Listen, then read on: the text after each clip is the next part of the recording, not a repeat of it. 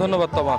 আপনি জানেন আসলে গত 18 বছর যাবৎ বর্ষাবরণ উৎসব আয়োজন করে আসছে বাংলাদেশের এই প্রথম আষাঢ়ের পহেলা আষাঢ় যেই দিনটি পহেলা আষাঢ়ে আসলে বর্ষাবরণ অনুষ্ঠানটি এই শহীদ মিনারের কদমতলায় অনুষ্ঠিত হয়।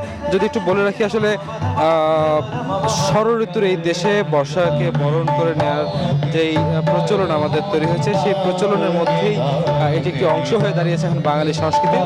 সেই সংস্কৃতির অংশ হিসেবে আসলে এই যে বর্ষাকে পহেলা আষাঢ় শহীদ মিনারের কদমতলায় আসলে আনুষ্ঠানিকভাবে এই ঋতুকে বরণ করে নেয় বাঙালি।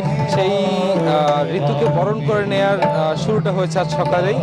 কিছুক্ষণ আগে আপনি দেখতে পাচ্ছেন যে রাগ সঙ্গীত পরিবেশন করা হচ্ছে। এই রাগের মাধ্যমেই আসলে বর্ষাকে আমন্ত্রণ জানায় বা আলিঙ্গন করার যেই নীতি সেটি এখানে এখন চলছে। কিছুক্ষণ পর আসলে এই আজকে সারাদিনই কবিতা আবৃত্তি, গান, নাচ, যত ধরনের প্রোগ্রামই আজকে হবে এখানে সবই আসলে বর্ষাকে ঘিরেই হবে। বর্ষাকে আমন্ত্রণ জানিয়ে বর্ষাকে বরণ করে নেওয়ার সেই উৎসবটি আসলে আজকে সারাদিন এখানে হবে।